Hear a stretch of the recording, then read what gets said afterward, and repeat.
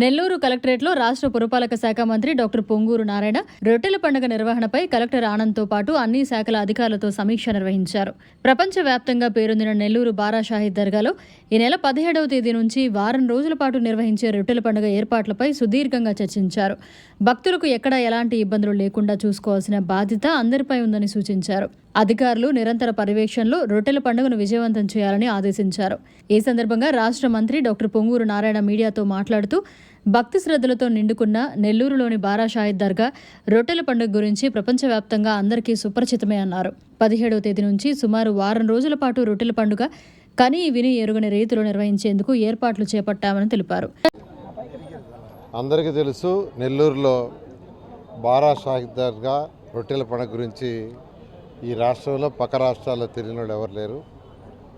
ఈ నెల 17వ తేదీ నుంచి వారం రోజులు యాక్చువల్గా బారా షాహీద్ దర్గా దగ్గర రొట్టెల పండుగ జరుగుతుంది. దాదాపు ఒక 20 లక్షల మంది భక్తులు యాక్చువల్గా ఇక్కడికి రావడం జరుగుతుంది. ఎంతో పవిత్రమైన స్థలం. ఇక్కడ కుల మతాలకు సంబంధం లేకుండా అన్ని కులాల వాళ్ళు వస్తారు. ఈ యొక్క రొట్టెల పండుగ, ఈ బారా షాహీద్ దర్గా ప్రత్యేకత ఏంటంటే, బారా షాహీద్ దర్గా పక్కనే స్వర్ణాల చెరువు ఉంది.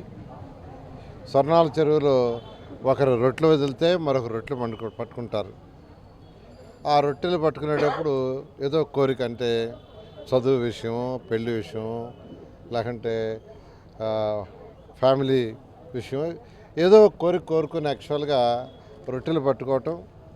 ఆ పట్టుకున్న వాడు కోరిక తీరితే మళ్ళీ నెక్స్ట్ ఇయర్ వచ్చి మళ్ళీ వాళ్ళు రొట్టె వదులుతారు, దాన్ని కోరి పట్టుకుంటారు. అలాంటి ఆనవాయితీ, అటువంటి నమ్మకం. ఇది సంవత్సరానికి భక్తుల సంఖ్య పెరుగుతుందంటే వాళ్ళు ఏదైతే అనుకున్నారో అవి అయినాయని అనే నమ్మకంతో ఈరోజు ఈ బారా షాహీద్ దర్గా దగ్గర ఈ రొట్టెల పండుగ జరుగుతుంది.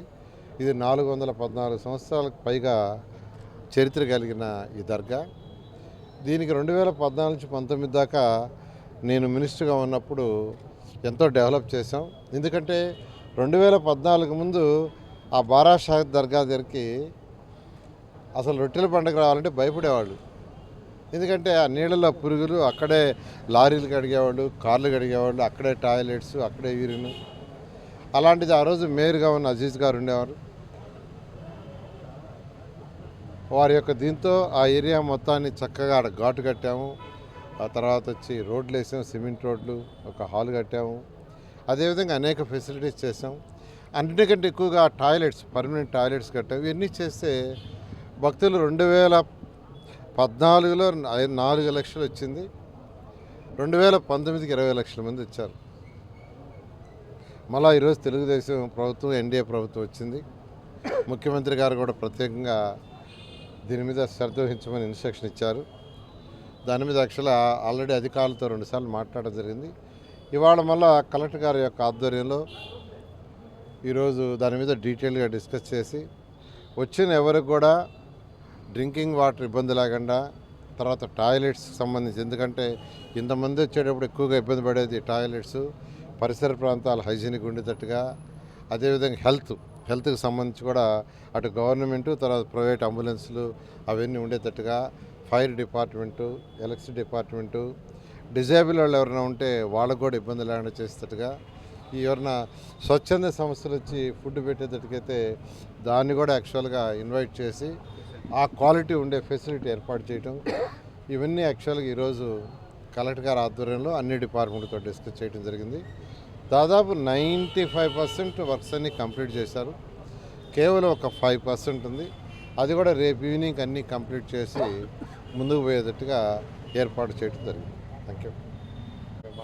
ఈరోజు మంత్రి గారు ఈ రొట్టెల పండుగ పైన కలెక్టర్ గారితో, మరి జిల్లా అధికారులతో, మంత్రి గారు మరి అలాగనే రూరల్ నుంచి గిరిరెడ్డి గారు వచ్చారు.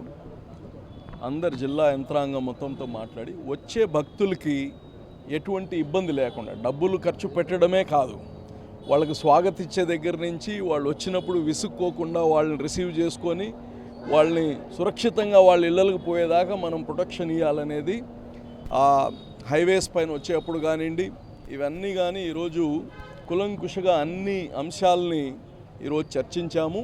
ప్రజలకి వచ్చిన వాళ్ళకి ఎటువంటి ఇబ్బంది లేకుండా అన్ని విధాలుగా ఏర్పాట్లు ఇటు రూరల్ నుంచి ఇటు మంత్రి గారు ఇద్దరు కలిసి దీన్ని సమీక్ష చేస్తూ దీన్ని కంప్లీట్గా వచ్చిన వాళ్ళందరూ సురక్షితంగా సంతోషంగా ఇంటికి పోయేటట్టుగా ఏర్పాటు చేస్తున్నాం. Thank you. మరిన్ని అప్డేట్స్ కోసం మన HN9 టీవీ ఛానల్ని సబ్స్క్రైబ్ చేసుకోండి.